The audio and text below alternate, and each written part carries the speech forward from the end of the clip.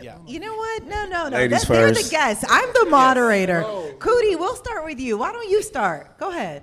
Okay, well, ladies first, but I'll do it. My name is Cootie. I'm a filmmaker, storyteller.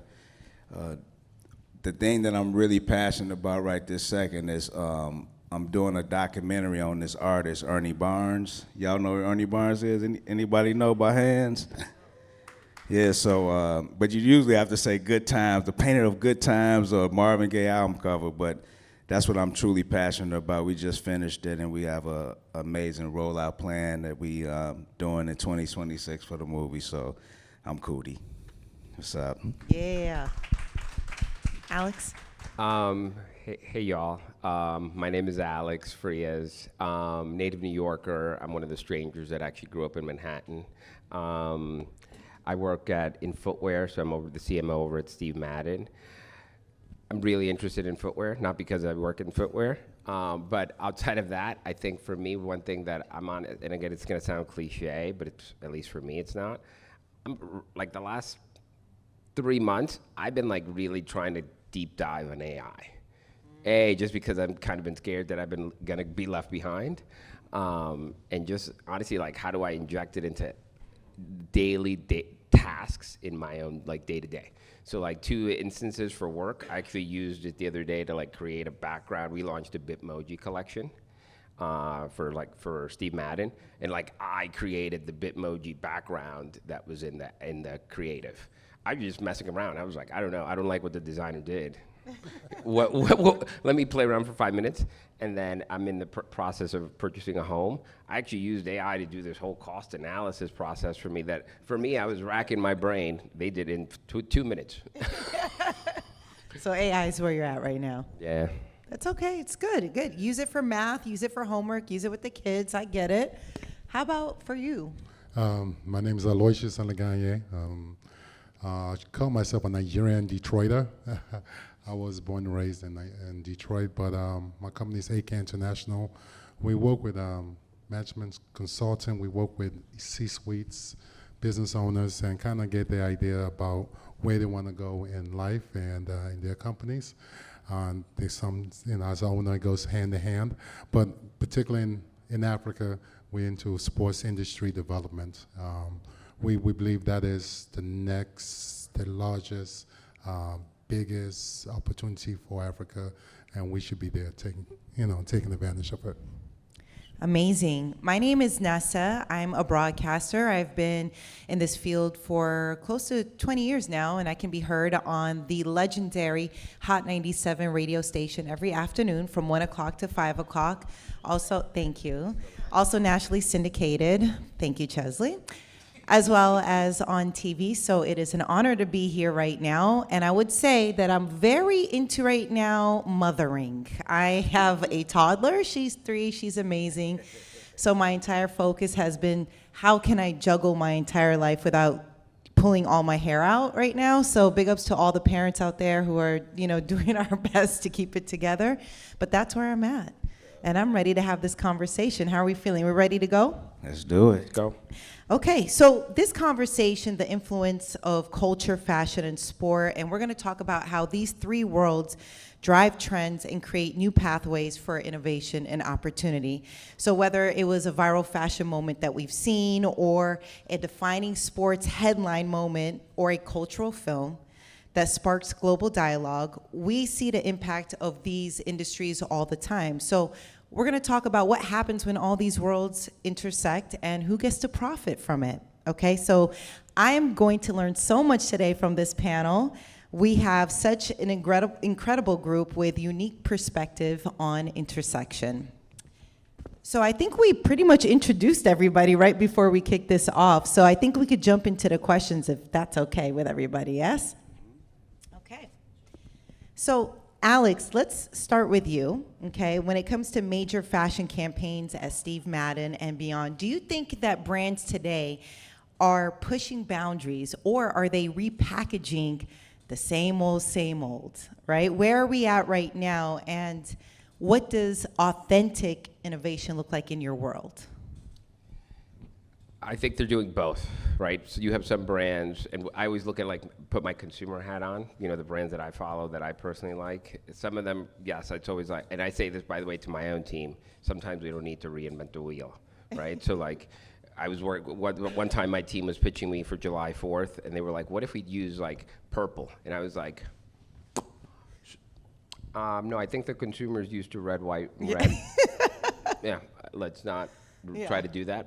Sure. We're big, but not that big. We can't change that, right? So like, what are the certain things that like, hey, how do we react to what the consumer's doing? And then sometimes, you know, especially like for a brand like us that, you know, we have two groups of audiences, right? We have kind of the girl and guy that grew up with us, that knew us from the 90s. And then you have the new person, the new consumer that's like, Steve is a person? And they're like, oh, that's an actual human. I just thought it was like a cool name.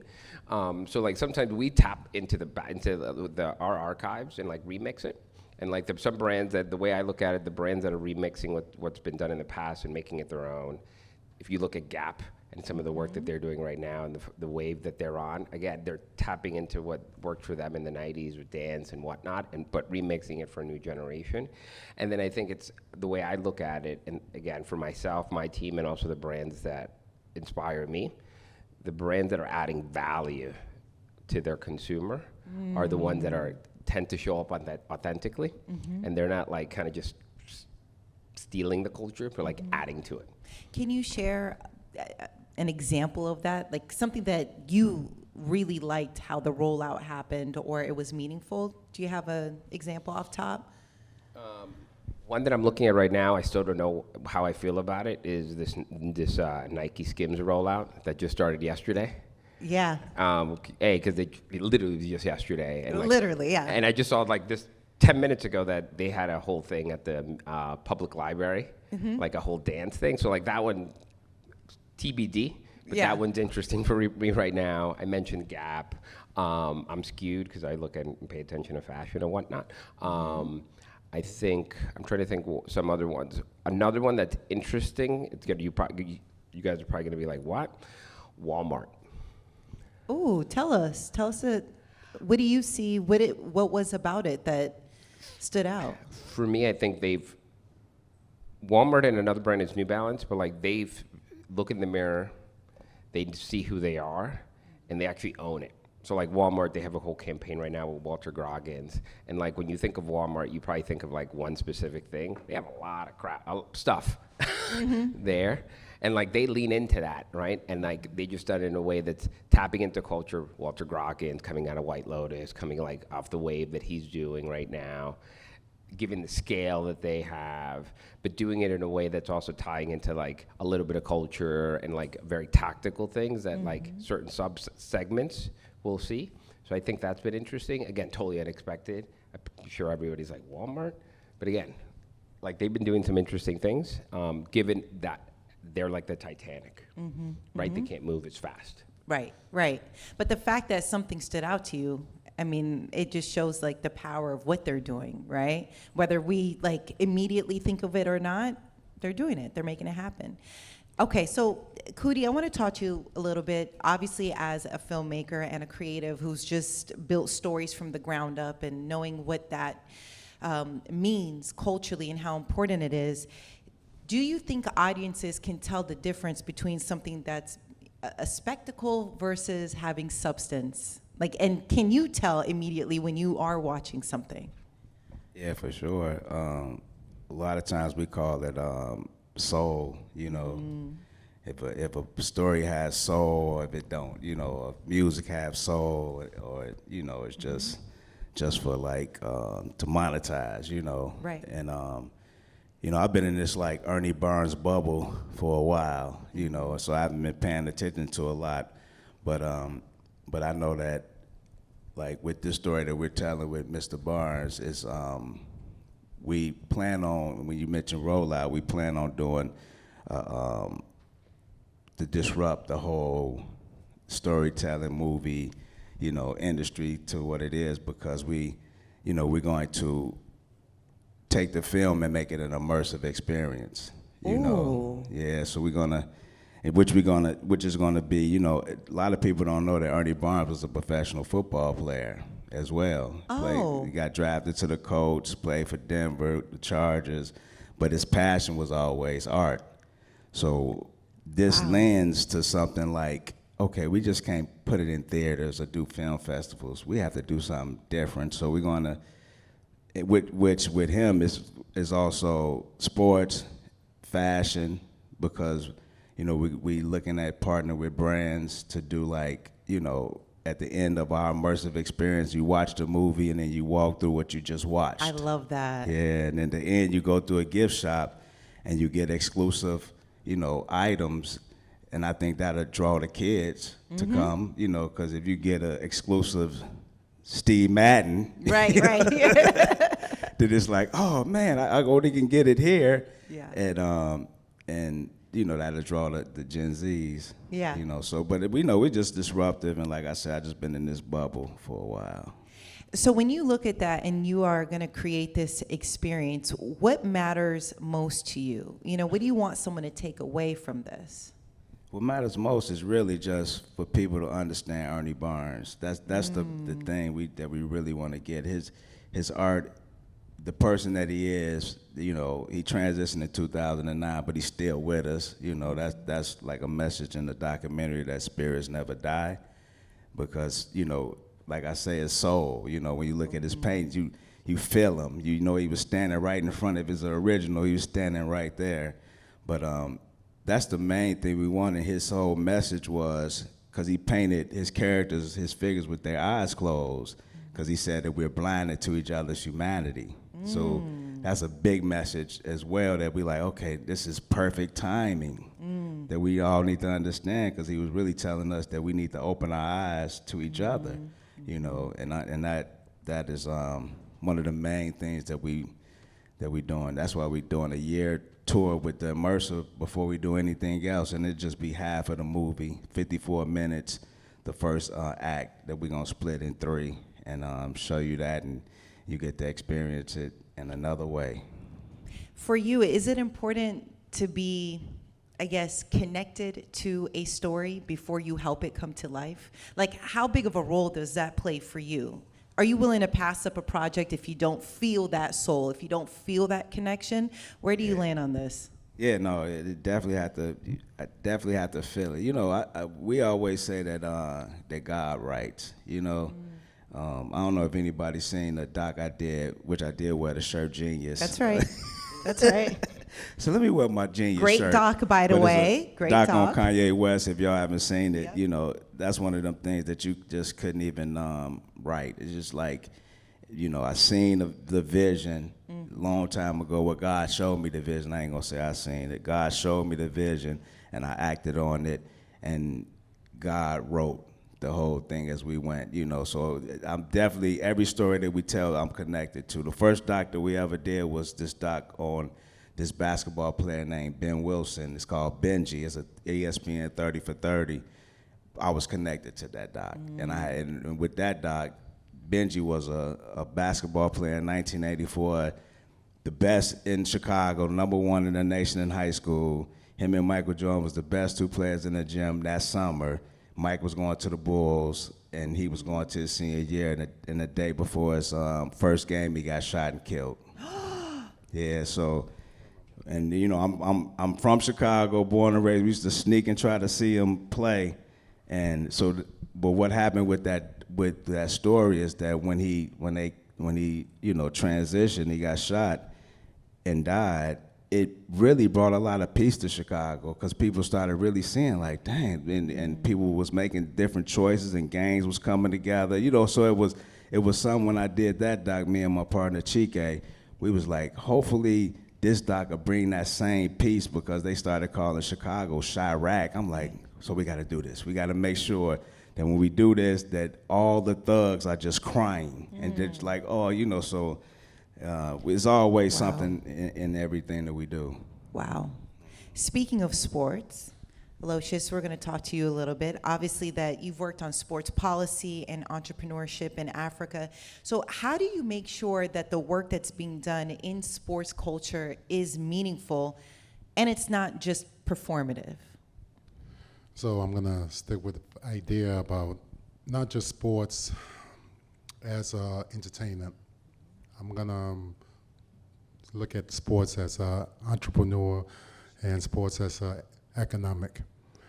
We tend to have sports as one side, but if you know and everybody knows, sports is intersected with music, like you said, art. And we coined the phrase culture industries, and we want to couple them together. So saying that, how do we keep and understand what's authentic in the culture industries in Africa?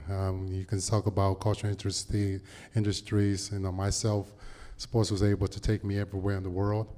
Like I went from Detroit to Europe, to Africa, and back to Detroit. But in being authentic with that self, we have to be able to understand the process in which each individual takes their journey. I think that's really important. I'm going to stick with, again, the business side. Being authentic in the business side is find your own path. We can't copy and paste what the West has done, the North has done, even the East has done. In Africa, particularly, we're great. When we get an idea, we can mobilize and do the same thing. Even you can see what happened in Afro beats in music, how it brings the people. But in being authentic yourself, money drives a lot of things. And I kind of shake when I say that because it gets people nervous, especially when it talks about being creative. Being an artist, being an athlete, wearing beautiful shoes, they are the same thing. Fashion, they are in the creative space. So being authentic is to understand who you are. In our company, we have a book coming out. It's an e-book coming out called the Champions Playbook. Within the Champions Playbook, there's a process in it, and it goes into being a process, going into a system. Everybody understand that. I'm the boring one. You can tell I'm the boring one on the stage. No, I'm always no. going to talk about. Give us the game. So Tell us. Within the tell us. process, you got to find your authenticity. Being authentic by knowing, we call it the I, me, we. The I, me, we is understand who you are, what's in me, and how we can work together. And that's really how you find your authenticity. So it's a process that leads into a system, and you just keep repeating it. In Africa, we always got to find who we are. And being authentic, it can't be just what people say about you, it's what you say about yourself. I love what you did when you talked about him being an athlete first and then becoming that artist. That showed that he was himself. He saw himself when nobody else saw him. And as an athlete, we only see, people are judging you all the time about who you are on the field, not what you are, who you are inside.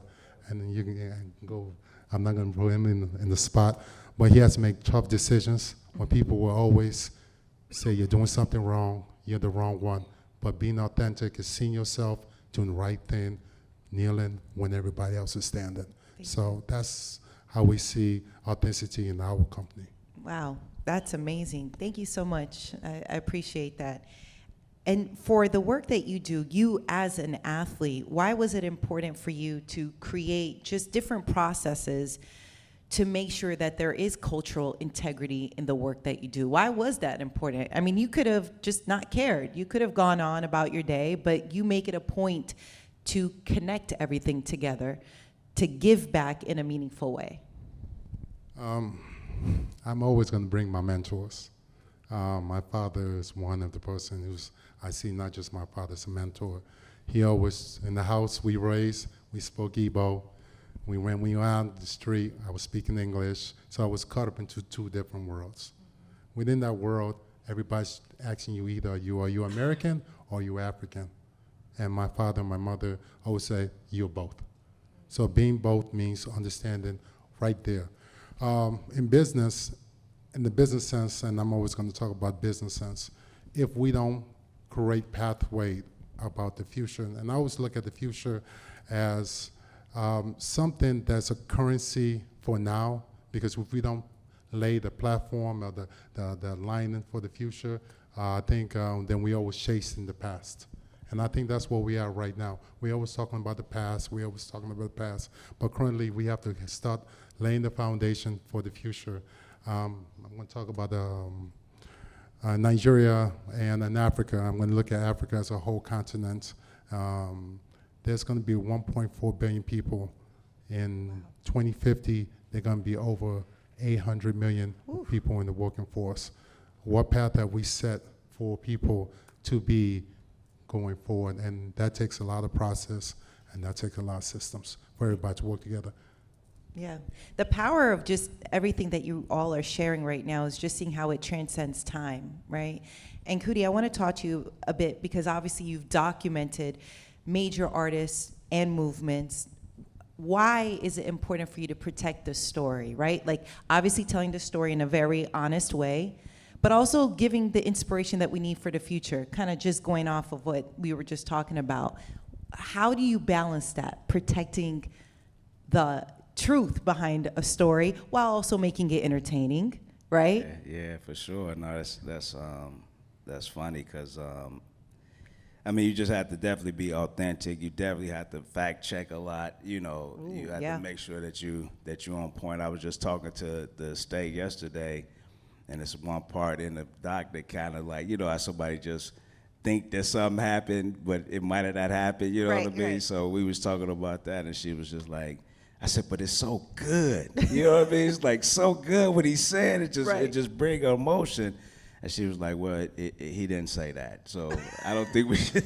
I said, well, I guess we, you know. But of course, like when I went back and I looked at it, I was like, oh, we don't need it. We could just have this one part and not have the person say that. And it's still going to give you that feeling. So it always works out, you know. Yeah. But you definitely have to be authentic to the story. And even like with Genius, you know, doing that was 21 years of telling a story. And, you know, my editors was like, yo, you should, you know, it's your story. You should narrate it, because I wasn't going to narrate it. I'm like, I'm just putting it together how I seen it. But it turned out good, because I'm like, okay, well, I could just tell the story. Like, I know the truth of what happened, and I have video and footage to prove that these things happen. So I'm not just like going off of like just telling a story that way. But that's the thing. That's the thing with film. It's like film. If you got that on cameras, it's real. Yeah, you know, for sure. You can't deny it. Yep. When it comes to fashion, Alex, I want to talk to you about marketing and how do you find that fine balance of celebrating versus appropriating? How do you go about doing that in the work that you do in the fashion world? Yeah, I mean, I think the way I looked at it is, how do we do, what are we in the business of, right? First and foremost, right? Because that's what we have to understand. And then how do we tie what we're doing as a business to actually support and kind of bring that community, whoever we're working with, kind of forward, right? Even in past lives, like we were going to do a program celebrating Black History Month, right? Sure. And I actually said no, because the team, what they wanted to do is like, hey, let's just feature them, kind of some Black designers, let's just kind of tell their story. And I was like, oh, okay, and what else? No, that's it. And I was like, that's it? It feels like a little, so I was like, okay, so let's play it out. So we're gonna tell the story, and then what else? And then we're like, yeah, then we'll tell the story, then we could sell shoes, and sell this. And I was like, no, let's just skip. I'd rather not even talk about it. And then the next year, the way we looked at it was like, I was like, okay, so if we want to do that, how do we actually take, and what we ended up doing was let's actually feature up-and-coming designers, feature and tell their stories, and help them sell their product, so that we could use our platform and our scale to actually highlight emerging up-and-coming designers, help them actually grow their businesses, right? Right. But it's still tied to what we're in the business of, that we could add value. And then it's like, okay, great. So like now this feels like we're actually doing something, that we're telling a story, we're actually showcasing somebody that needs the exposure and helping them actually take to the next level. And it's like, that's like kind of the framework that I like to look at and kind of push in the brands that kind of, and the people that inspire me. I think that's how they approach it, right? it's not just a one-time thing. It's not like, oh, it's June, guess we have to do Pride. No, that doesn't work, right? It's Hispanic Heritage Month, guys, in case you didn't know. So, like, how do we actually do this? And again, just weave this into everything we do, and where we have the credibility to also show up and add value. How are those conversations? The conversations that we don't see, right? Like you sharing and just giving us that behind the scenes look. Are they hard conversations? How has that fight been for you? Has there even been a fight? And what keeps you going? Yeah, no, that's definitely there. I don't want to say fight. Sure. It's a good debate. Nicely put. I like that. I mean, Great. I work in marketing, so. Yeah. Marketing / politics, I call it. Yeah. It's more around like, hey, they are good conversations, sometimes more tense than others. I think it's also, but at the end of the day, it's like rooted in, hey, what are we and who are we trying to work, kind of who's our audience? And again, I always lean into like, how do we add value to both sides of the table? Because I think the other side that I've also been in conversation where it's like, okay, I'm gonna use Black History Month. Okay, so we have to do this. Oh no. Then the conversation across the business is like, oh God, what's the minimum amount of work I could do to support this? Just one email, right? Okay, cool. No, that's it, we're done. No, it's like, no, when you add value, then everybody's kind of part of it and everybody's helping to co-create it. And that's how kind of I've navigated it, but they are tough. And sometimes easier than others, but it always goes down to how do we add value. And again, especially I've been lucky enough to have been in founder-led companies. I'm in a founder-led company now. Previously, Jay-Z was my skip level manager. I ran marketing at Tidal, and like it's similar. It's interesting because no matter where you are in that culture mix, it's the same conversations. At Really? Tidal, we were doing the same thing when we were talking, again, that's the opposite side of the spectrum, literally embedded in culture. Oh man, how do we launch this program for the app around new music? Oh, awesome. That's too, what does that do? That actually doesn't help the new artists. So it's a similar conversation. That's the most interesting thing. The same conversation, just different people and different businesses. Has there been someone who has shared their appreciation for those conversations with you, right? They're just like, Alex, thank you so much for, pushing us to do more and to celebrate moments versus just extracting and exploiting. It's interesting because sometimes it's been the folks that you would expect, right? Folks that look more kind of like myself or like the kind of black and brown or kind of diverse community within the organization. And then sometimes it's the last person you would expect that's like, thank you for pushing us. Because I've been taking it for a while, but I haven't had the credibility because I'm not part of that community, or I just didn't know even how to navigate that. And those are the ones that actually are the most interesting. It's like the least expected person. It's like Larry David would walk in and be like, oh my God. And you'd be like, if you think of that as an archetype, like that. Yeah. Oh, that's so interesting. I want to talk a bit about influence and identity in all of your worlds. So Alex, we're going to stay with you a little bit when it comes to branding. How do you feel like fashion choices either reinforce or challenge identity? And what is the importance behind representation? What role does that play? We hear those words nowadays, right? But what does that actually mean in your world when it comes to fashion? Oh, man, that's you guys better get some coffee because that's like a long No, I mean, the quick kind of cliff notes, it's honestly just how do we show up? How do we represent the way I look at it, how do we represent our community? And again, for a brand like us, we talked a lot of different, like literally we had this argument or this debate where it's like, who's our audience? They're 8 to 80. If I look at New York, it's like all the neighborhoods. I'm like, that's pretty easy. Right. So like, how do you show that on a day-to-day basis, right? Whether it's like today, like literally this morning, we just launched a project, collab and a campaign with Angela Simmons. And that's kind of specific and it's great around this product. You guys should check it out, it's online. And we captured content with her in our day-to-day, even our product detail pages. So like when you're shopping, you go to the website, how do we make sure we're showing different people, different body types. How do we just, even the vernacular, even like, even more from like a marketing perspective, how do we even talk the right way across different platforms? So it's like, how do we just, if I look at where we're showing up, how do we show up the right way? And it's like that contextual value that resonates with our audience. And at the same token, we can't be everywhere just because we want to be. Right. You have to be selective. Yeah. Yep. Aloysius, I want to talk to you, obviously, former athlete. How do sports shape how young people see themselves? And how have you seen it personally? Oh man, let me start with myself. Yeah. I can remember when I was growing up and I was crying about making friends. And that was a simple thing, just get on the basketball court and you made friends. Because you were caught up in two different worlds, you didn't know who, but once you get on the court, everybody's in the same world. And that was really important. So that's, and as you grow up, different things becomes more important to you.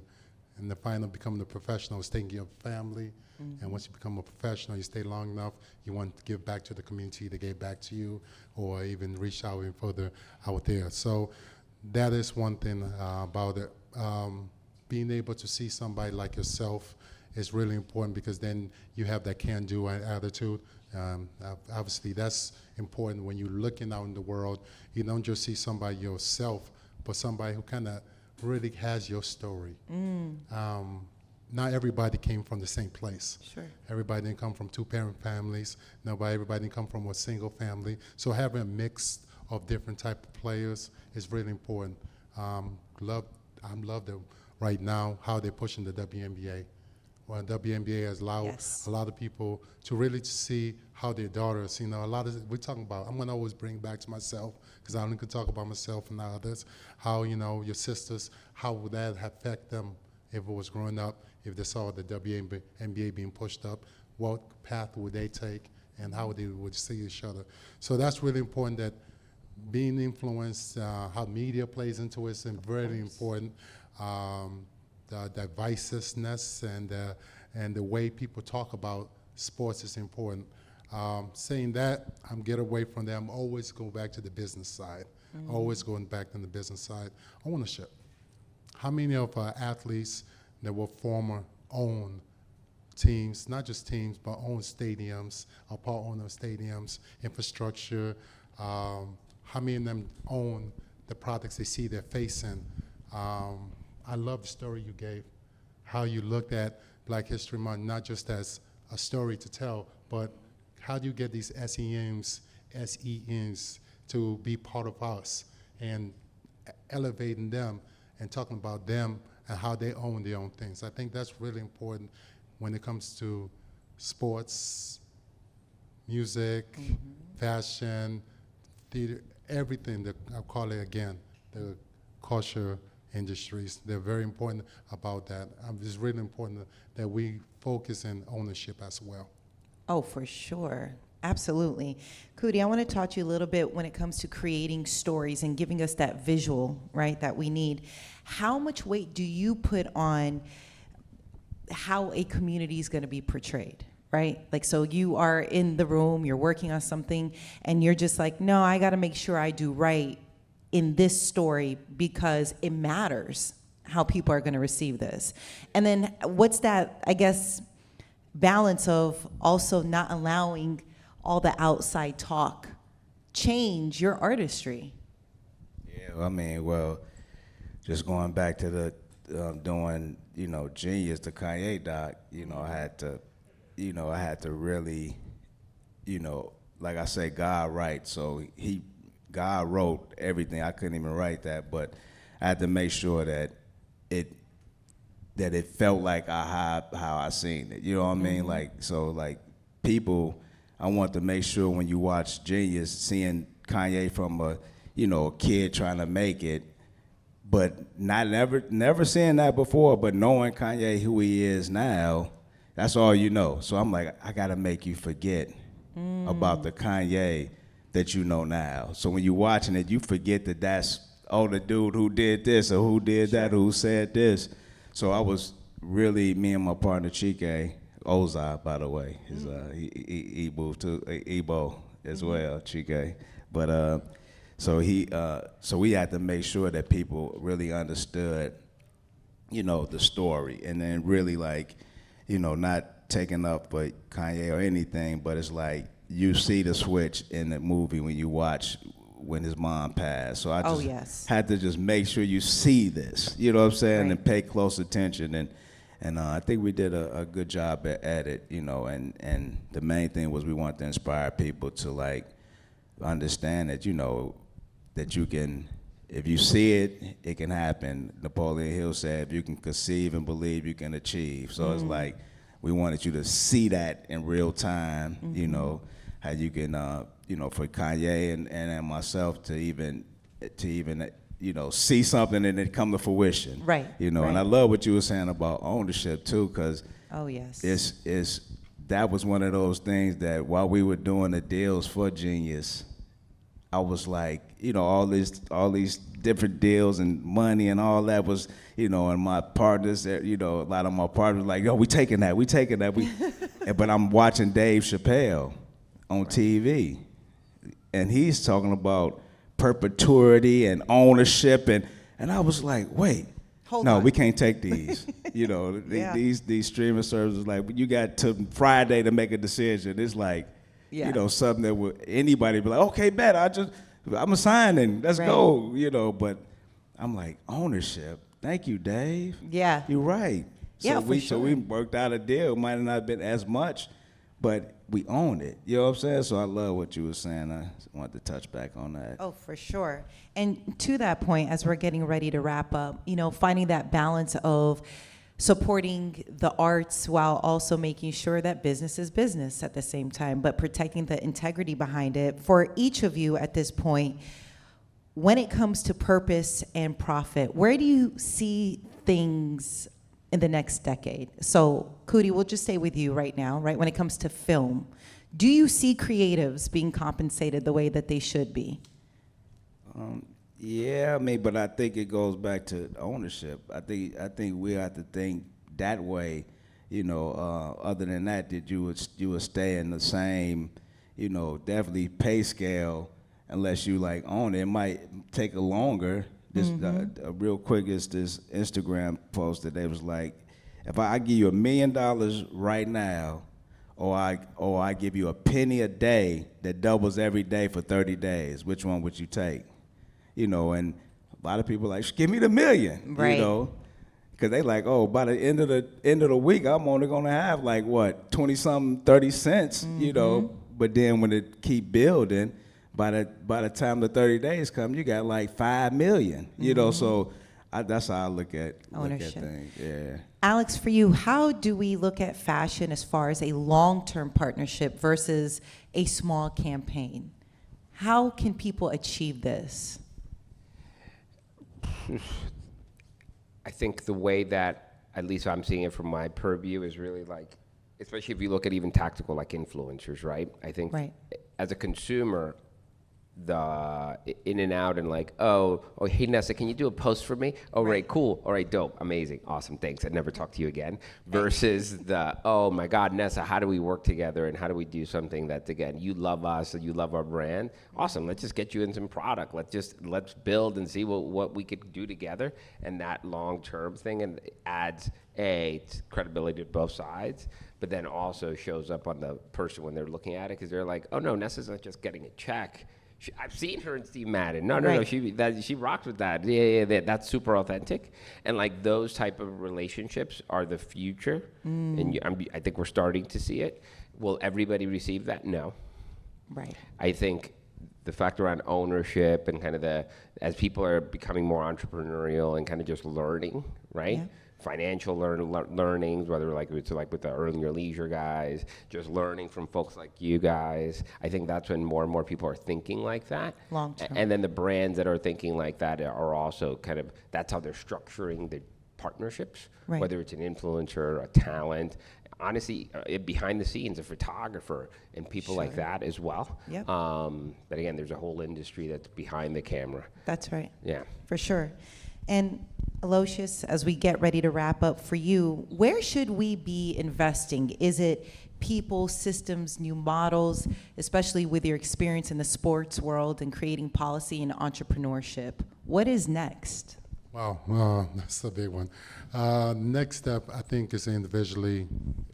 It's just like going back to the process. And when we talked about the new book coming out with IME Ways, always focusing on what you can do to increase your knowledge. Me, myself, I went back to Michigan State, getting my MBA Ooh. program. So I got my MBA program. Why? Because I give more when I got more knowledge. Knowledge That's is right. power. So individually, there's individual things that need to happen. The next is what's in it for everybody. Like I said, creative industries, everybody have different things they're looking for. And we got to know what you're looking for. Data collection is important. So collect the data, understand what you want, understand where you're going to go. And the next thing is building out your own platform. I think it's important that we start, like you said, JVs. I'm going to speak business talk all day. Joint ventures. And really sitting down saying what kind of partnerships you can make and go out there and make those kind of partnerships and make true partnerships. Right. Real partnerships, not based on dollars, not based on cents, but ideals, mission, vision. Those are the things that would drive you. And then, and particularly in our field, in sports industries in Nigeria, we started doing that work. We started going out, talking to small, medium, and large businesses, talking about what do they need, giving them advice. Give you one quick example so we can go. It's not even in the sports industry, but it's important to us. He had a recycling plant. He's a recycler, a young man who wants to do recycling. Well, we're going to have stadiums being built in Africa. We need to recycle, help build that kind of business up so we can connect it. And the whole industry started. So we started working with them, and now he got a second contract based on our advice and keeps Wow. going. So those are the kind of things you have to start doing. It's really not just thinking in your box, but see what other people are doing too. Knowledge is power. Absolutely. And just seeing the influence of culture, within fashion or film or sports world coming together, there's something we could all take away from this. It is also the power of networking. And just because you're not in the same field today doesn't mean that you're not going to cross paths tomorrow. So thank you all for being here today and having this meaningful conversation and really showing us the behind the scenes and what you all do. Thank you for the hard work that you do, obviously for yourselves, but more importantly for the purpose that you have and doing the best that you can with what you got. So thank you all so much Thank for being you. here today. Thank you. Thank you. Of course. For sure. Thank you. Awesome. Before you guys go, we want to give a couple of people an opportunity to ask a question. We've got a mic stand here. And I also want to keep in mind that because we're recording this, we don't know where this is going. This could go out to millions and millions of people. So thank you guys very much for thinking so deeply and being so present in this conversation. I'm going to take two questions. Anybody have, okay, come through to the mic, introduce yourself, and then who you want to direct the question to. Here you go. Here's the mic we want here. Hello, thank you for the conversation. I'm Alexis from Paris. I'm the CEO of Omax Books. It's a French publishing company, and we translate Afro-American books because in French we don't have this kind of example. And we are working on the Donda West books, Raising Kanye. So I have one question for you. Do you have one advice to, in France, we were allowed to watch the documentary. Do you have one advice to know the same success with the books to the culture than with the documentary? I don't know if my question is clear. It's okay. Thank you. You said so. You the same advice, like to market your book, or To get the same success, like how does Yes. a book get the same success that your film did? Like how does that translate for books? To mark the culture the same way you did. right? Well, I never did a book, so. But as far as I think just definitely be authentic to the storytelling of the book. But you say you're doing a project with Kanye? No. I translating the Donda West books. She wrote the books about Kanye, Okay. called Raising Kanye. So we browse the rights and we translate it in French to the French speakers. Right, yeah, well, so that's a hard question for me. Can I Can I Go get that one? Because I lived in Paris. Okay. All right. So one of the things in France, you know, it's a French way. Yeah. You understand what I mean? Yeah. And he said, be authentic. Yeah. And you have to be able to tell stories that may feel uncomfortable to French. And that's really important that you understand what authenticity is when you come the French way. There are some conversations you're going to have. And by bringing those kind of conversations out, and it's okay to be the bad guy. Yeah. But that will help push your book sales over because now people are talking. And don't be afraid to have it. Get away from that French way. Create a conversation. Okay. Create the conversation. Create it authentically to the person who wrote the book. And don't try to soften the blow. Don't try to not make havoc. Yeah. So you understand what I mean? Yeah. I Okay. understand the French- That's my advice to you. I understand the French problems. Okay. You understand? Thank you. You complete? Thank you very Okay, much. so Thank And thank you too for Next. helping me I out. know you got to help each other. Great insight. Yep. One more. Thank you. Hello, my name is Belkis Roches. My question is specifically for Alex. Based on the marketing side, you talked about influencer partnerships and things of that sort. I don't know how deep you are into selecting influencers and things of that sort, but what do you look for in an influencer or a content creator other than number count? Ooh, I like that. Yeah, honestly, the first thing, are they authentic? Do they actually wear our product? Do they actually like our brand? Are they kind of, again, we're at Steve Madden, are they our girl or a guy? And do they actually wear our product, right? If you see somebody in only Louis Vuittons and then all of a sudden they're like, oh no, we want to work with Steve Madden. I don't know, maybe not as authentic. So that's the first thing. So beyond the numbers, which obviously is important, and engagement and those tactical kind of technical things, honestly it goes down to engagement and authenticity, to kind of who we are and that connectivity. Because I think if you don't have that, it's just going to fall flat. Amazing. Thank you all so much for being here. Thank you for such great questions as well from our audience. We appreciate everybody being here today, and we hope you enjoy the rest of your day.